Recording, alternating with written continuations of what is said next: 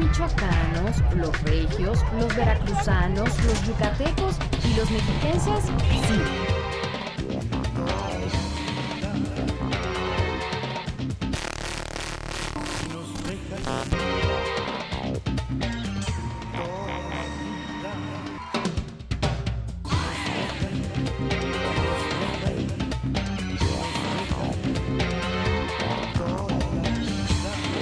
Porque los capitalinos no tenemos nuestra televisión. Si nos dejan, tendremos nuestra televisión. Capital 21. Si nos dejan, nos vamos a querer toda la vida. El jefe de gobierno, Marcelo Ebrard, insiste en que Felipe Calderón debe explicar a los mexicanos la actual situación económica. Benito Mirón Lince, secretario de Trabajo local, informa que el número de desempleados en la Ciudad de México ascendió a 280,000. Juanito advierte que se irá por la libre de no recibir el apoyo del Partido del Trabajo para obtener el 50% de las plazas en la delegación Iztapalapa. Comenzamos. Desde el corazón de México, para la gran ciudad, Capital 21 transmite su noticiero, Capital en Movimiento. Hola, bienvenidos. Iniciamos esta emisión de Capital en Movimiento a través de Capital 21, el aire que México necesita. Yo soy Angélica Morales y en este jueves 27 de agosto vayamos a la información. Desde el corazón de México, para la gran ciudad, Capital 21. La caída generalizada de la economía, el desempleo y el descenso en la producción petrolera nacional son temas que Felipe Calderón debe explicar a fondo a los mexicanos, aseveró el mandatario local Marcelo Ebrard.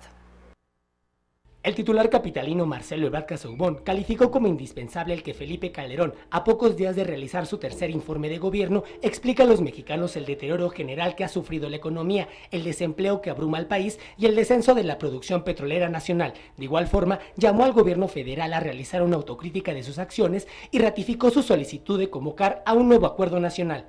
Entonces, lo primero, una explicación, me parece a mí que sería esencial, una visión autocrítica, y 3, el planteamiento para medidas de fondo que habrá que tomar en torno a un acuerdo nacional hacia los siguientes 2 años, porque lo peor del caso es que esto no se va a acabar ahora, no se puede resolver en 2 meses. Entonces, si no hay eso, y lo que persiste es el discurso de que todo está bien, o que se ha hecho todo bien, o que ya nos vamos a recuperar en 1 mes o 2, pues yo no creo que eso vaya a ser creíble ni suficiente. Con anterioridad, el mandatario local inauguró el moderno Centro de Control de Servicio de la Red de Transporte de Pasajeros, RTP, instalaciones que permitirán brindar un servicio más eficaz y seguro a los usuarios gracias al sistema de localización GPS y las videocámaras instaladas en los trolebuses. Posteriormente, Ebrard Casaubon puso en operación el programa por la autonomía del adulto mayor, que beneficiará a más de 430,000 miembros de la tercera edad, otorgándoles bastones, andaderas.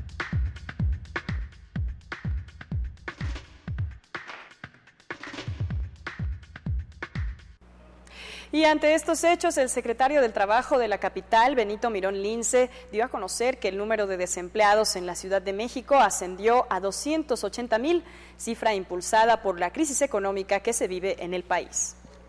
El secretario del Trabajo de la Ciudad de México, Benito Mirón Lince, informó que el índice de desempleo en la Ciudad de México en el último trimestre, según cifras del INEGI, ascendió a 6.9%, lo que se traduce en 280,000 desempleados en la capital.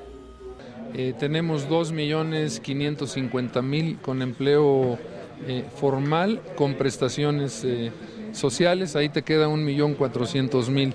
Bueno, de ese 1.400.000 tenemos alrededor de cerca del 1.000.000 en la economía informal y tenemos actualmente 280,000 en el desempleo abierto. Esos son los números del DF. En un encuentro entre legisladores del PRD y académicos, se discutió la actual crisis económica y la manera en que ha repercutido en el desempleo a nivel nacional. Hoy en la mañana nos encontramos con los últimos datos sobre el desempleo, 2.8 millones de desempleados, que supera el 6%, y esto se suma a los 55 millones de personas que se calcula, según datos del Banco Mundial, que en nuestro país están en pobreza. De acuerdo a Benito Mirón Lince, el desempleo a nivel nacional podría llegar a alcanzar hasta 17 millones de ciudadanos. Con imágenes de Cuitláhuac Salgado, informó para Capital en Movimiento, César Cruz. En el primer encuentro de la futura bancada del PAN con Felipe Calderón se descartó el establecimiento de mayores impuestos en alimentos y medicinas. César Nava informó que no se pedirán mayores sacrificios a la población. Por su parte, Claudio X González, presidente del Consejo Mexicano de Hombres de Negocios, aseguró que el sector empresarial promueve un IVA inicial de entre 3 y 4% en alimentos y medicinas para que el país sea competitivo.